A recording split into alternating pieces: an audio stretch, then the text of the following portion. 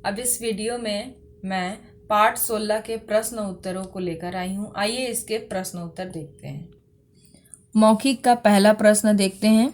इस कविता के कवि कौन हैं? तो इस कविता के कवि भवानी प्रसाद मिश्र हैं। दूसरा प्रश्न, कविता में वर्णित मनुष्य किस अवस्था में है? तो आपको याद होगा कि वो सोने के हालत में था। तो कविता में वर्णित मनुष्य निद्रा की अवस्था में है, जो अपने लक्ष्य को भूल गया है। तीसरा प्रश्न देखते हैं, कवि उसे सचेत करने के लिए क्या करता है? तीसरा का उत्तर होगा, कवि उसे सचेत करने के लिए सूरज, पवन और पंछी से जगाने का अनुरोध करता है।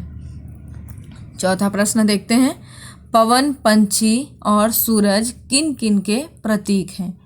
तो पवन निरंतर गतिशील, पंछी मीठे स्वर और सूरज निरंतर अपने कार्य को करने का प्रतीक है। लास्ट क्वेश्चन देखते हैं इसमें, मनुष्य जीवन की दौड़ में क्यों पिछड़ जाता है? उत्तर होगा, मनुष्य जीवन की दौड़ में पिछड़ जाता है क्योंकि वह अपने लक्ष्य को भूलकर अन्य कामों में व्यस्त हो जाता है। लिखित का पहला प्रश्न देखते हैं, आदमी सच से बेखबर कब होता है? तो आदमी सच से बेखबर तब होता है जब वह अपने लक्ष्य को भूल जाता है और किसी अन्य कामों में व्यस्त हो जाता है। दूसरा देखते हैं, असमय जागने पर मनुष्य घबरा कर क्यों भागता है?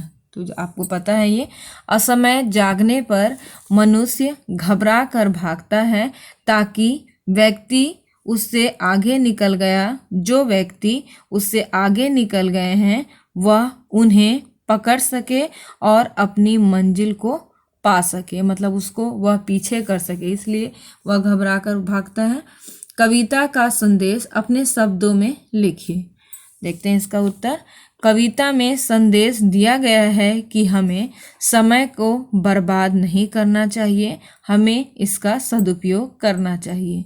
इस कविता में एक व्यक्ति के बारे में बताया गया है कि वह अपने कार्य को भूलकर आराम कर रहा है, वह ऐसा करके अपने समय को बर्बाद कर रहा है जो उसे दोबारा नहीं मिलेगा।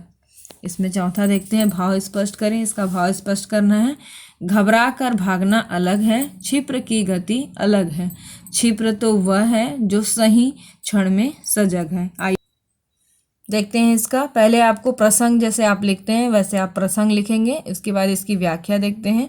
इन पंक्तियों में कवि कहते हैं कि अगर हम अपनी मंजिल पर देर से पहुँचे तो हम अपने लक्ष्य को नहीं पा सकेंगे।